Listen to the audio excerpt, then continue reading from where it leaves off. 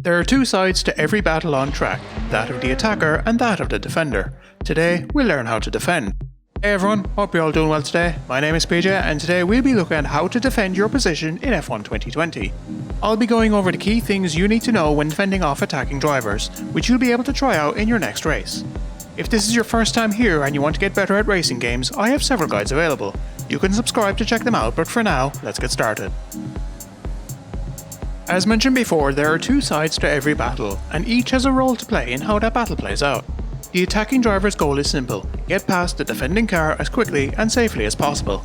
There are a number of tactics that the attacking driver can use to get by. I'll show you how to learn those tactics at the end of this video. The defender's goal is a little more complex. There's the obvious goal of maintaining position in a sportsmanlike manner, but also the challenge of maintaining focus while looking both forwards and backwards for threats and opportunities. The key to defending a position successfully lies in understanding and predicting what the attacking driver is going to do, and in placing your car in a position that stops them from achieving their goal.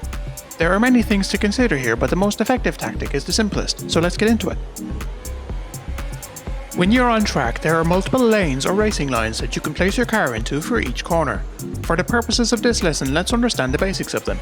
The inside line is the shortest line around a corner, but also requires you to take corners more slowly as the turns are sharper. The outside line is the longest line around a corner. You have to travel a further distance but can do so at a higher speed, as you're not turning the car sharply. The ideal line combines both in order to take the turn as a whole in the shortest time possible, and your goal when defending is to stop the attacking driver from doing this. As you approach a corner, place your car on the inside as you reach the braking zone, and take this inside line through the apex. This forces your opponent to take the outside line, and if they want to make it through the turn without crashing, give you space. It may be a line that they're not used to, and combined with the longer distance around the turn, they'll have to take the corner slower than you. Once you're through the apex, keep an eye on where your opponent is heading, and if there's room to do so, accelerate towards the outside of the turn on corner exit. This ensures you maintain your speed advantage and successfully defend the corner. This basic tactic of holding the inside line is the fundamental tactic of defense and will get you a long way. However, there's more to consider than simply sticking to the inside and hoping for the best. While choosing the optimal line is the key tactic in defending your position, your braking performance can play a critical role in your success, and is something that you must consider every time you battle another car. The first thing to remember is that as you need to go slower when on the inside line, you need to brake slightly earlier for the turn. If you normally brake at the 50 meter board when approaching the corner from the outside, you may need to brake closer to the 100 meter board when defending from the inside. Picking out your braking references is very important, and it is critical that you never use a dynamic reference point for this. A dynamic reference point is one that changes over time, like shadows on the road or the timing of when your opponent brakes. Always look out for static reference points, like marker boards, curbs, or advertising banners. With strong braking performance, it is also possible to defend a corner when your opponent is attempting an inside pass. To do this, you need to figure out the latest point that you can brake for a turn while still making the corner, and hit that mark every time.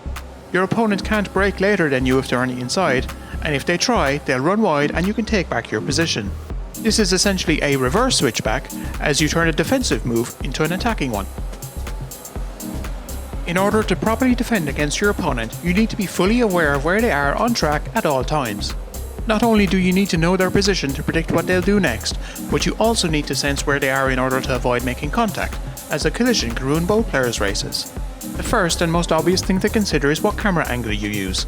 Some angles provide greater visibility of your surroundings than others, and you can customize them to get an even better view. I cover this and share my settings in another video. Subscribe if you want to check it out. Next, you have a number of tools at your disposal, which help identify cars that you cannot see directly. The proximity arrows are a good indicator of where an opposing car is, and how close they are to you. Pay attention to them when you're near another car, and be careful when they turn red, as that means a car is right beside you. If you switch lanes while the arrow is red, you'll most likely make contact with the other car and cause one or both of you to spin out of control.